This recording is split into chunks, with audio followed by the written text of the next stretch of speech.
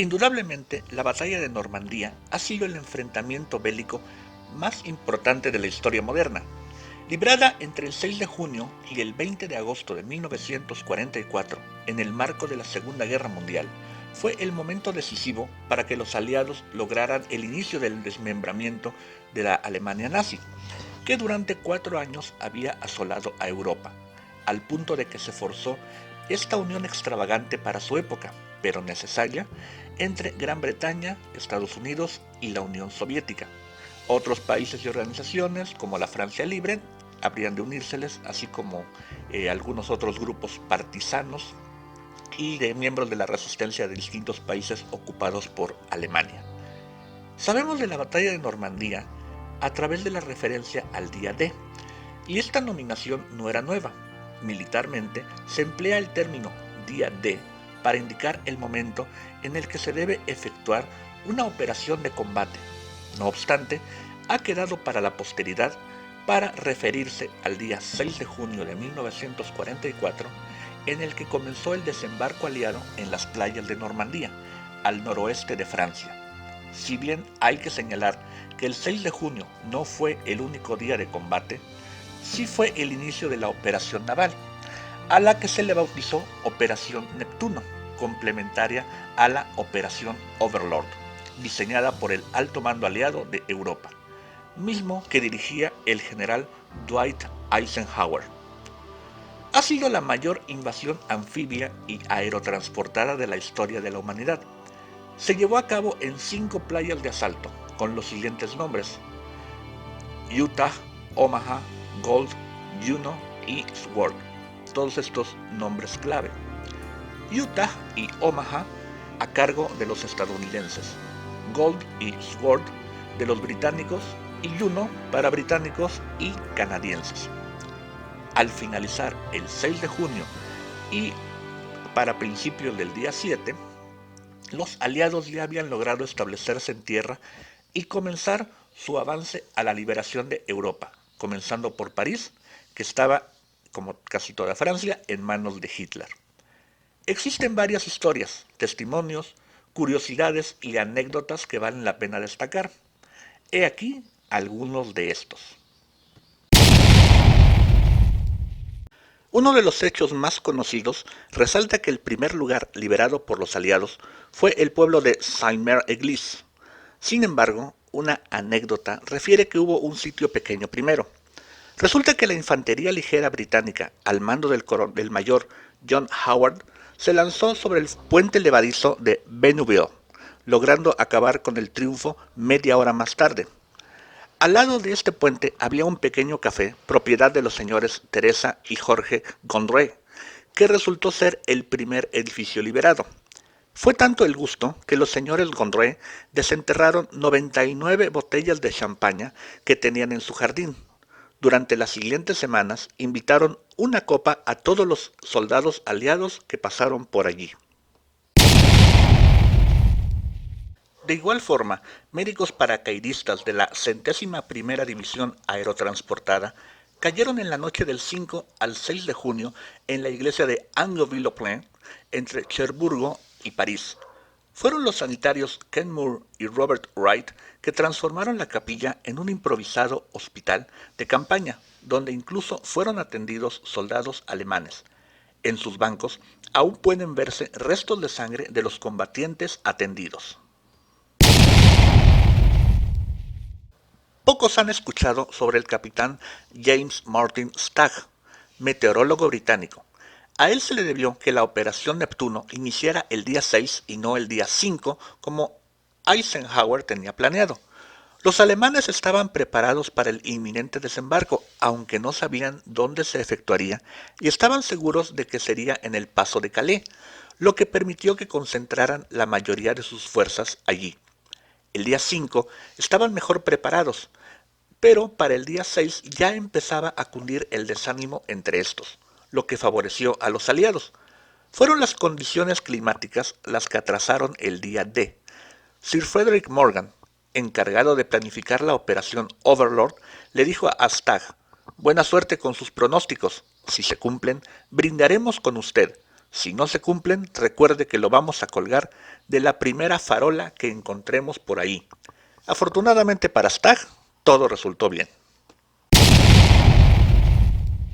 Previo a la invasión, la resistencia francesa aguardaba con ansias un mensaje en clave que les indicara cuándo iniciaría la operación.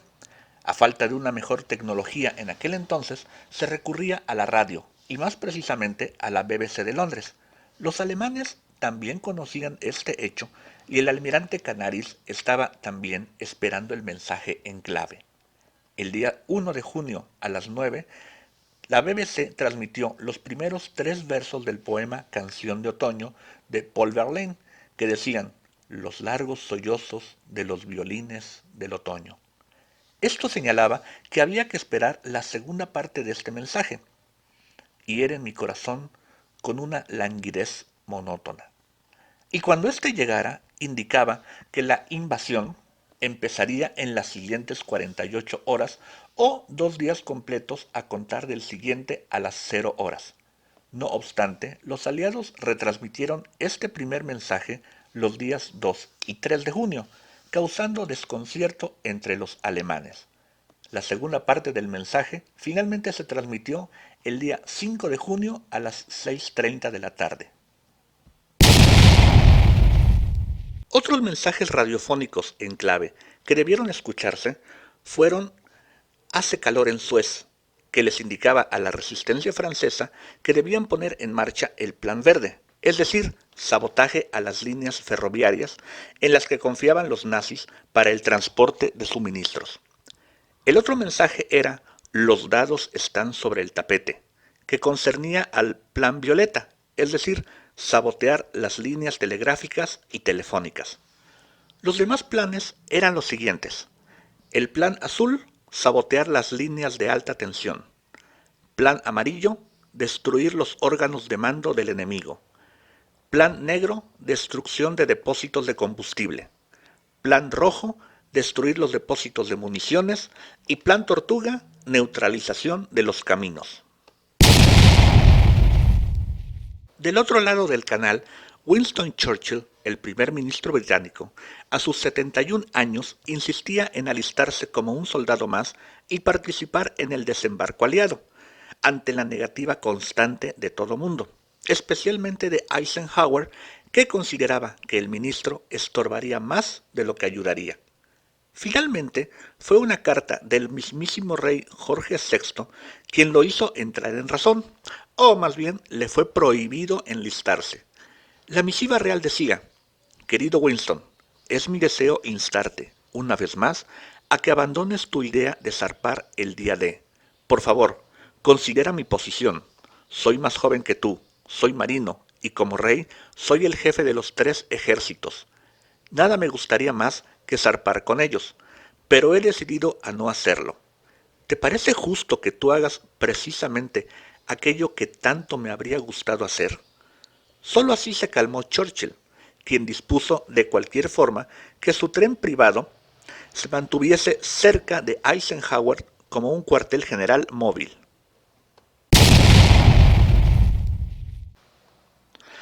En las gabarras de desembarque, durante la travesía, que duró varias horas, los soldados británicos y estadounidenses aprovecharon el tiempo para convivir, platicar, jugar naipes o escribir sus últimas cartas. Mientras tanto, los capellanes iban de aquí para allá dando consuelo espiritual. Pero también hubo soldados que se dedicaron a leer. En el transporte Empire Enfield, un oficial británico de la Marina leía las Odas de Horacio en latín. Asimismo, el capellán británico Lawrence Deary pasó la velada leyendo La vida de Miguel Ángel, de John Addington Symonds.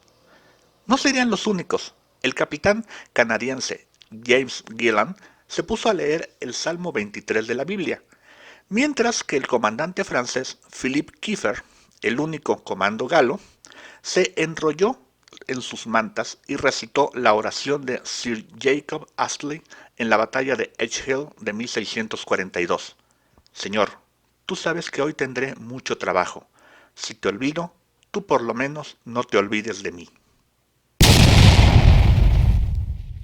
11 minutos después de la medianoche del 6 de junio, el teniente Noel Poole saltó en paracaídas sobre suelo de Cherburgo. Al hacerlo, se impulsó mal y su cuerpo golpeó contra la rueda de la cola del avión. Descendió semi-inconsciente en medio de la oscuridad, cayendo en un prado en las proximidades de Isigny-sur-Mer, convirtiéndose de esa manera en el primer oficial aliado en llegar a Normandía.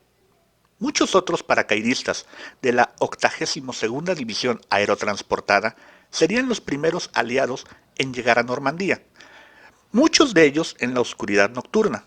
Para reconocerse, llevaban unos clickers, unos pequeños juguetitos de 50 centavos estadounidenses que hacían un moderado ruido.